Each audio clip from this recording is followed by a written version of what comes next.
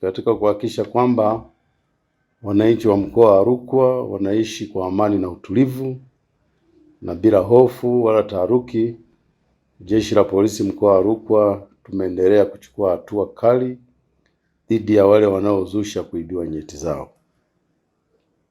Katika kuhakikisha hilo linafanikiwa, tarehe 20 Aprili mwaka huu 2026 tumewafikisha vijana 8 mahakama ya mwanzo Ilemba, ni hapa wilaya ya Sumbawanga.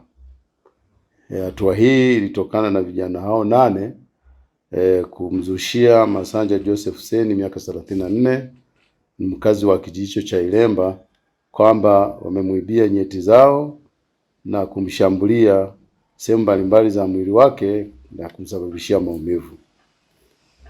Vijana hao tarehe 21 mwezi wa 4 2026,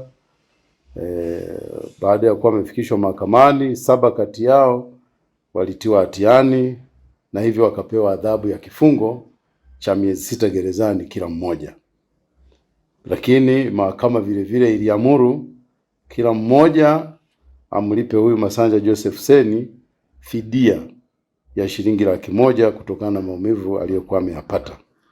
Vijana hao ambao wanasema wametiwa hatiani na kupewa adhabu hiyo ni Joseph Anania Bulaya ana miaka 22, Meshaki Daniel miaka 21, Simon Vitalis naye ana miaka 21, Dismas Gustav Kayumbe ana miaka 22, Emmanuel Richard ana miaka 24 na Charles Juma na mwenye miaka 22.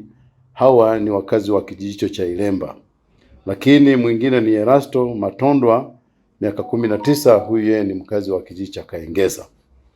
Mheshimiwa Hakimu Rajabu Ukwaju wakati akitoa adhabu hiyo alisisitiza iwe ni fundisho na onyo kwa wote wanaozusha taharuki zisizo na msingi au sababu, lakini vile vile kwa wale wanaojichukulia sheria mikononi. Lakini kwa upande mwingine jeshi letu mkoa wa Rukwa limemtia mbaroni Bosco John Fatachi mwenye miaka 38, mkazi wa kijiji cha Kambo wilaya ya Karambo. Huyu alikuwa anatafutwa kwa tuhuma za kumshambulia kikatili mtoto mdogo mwenye umri wa miaka 8 baada ya kumtuhumu kwamba mtoto huyo amemwibia pipi zenye thamani ya shilingi 200 dukani kwake.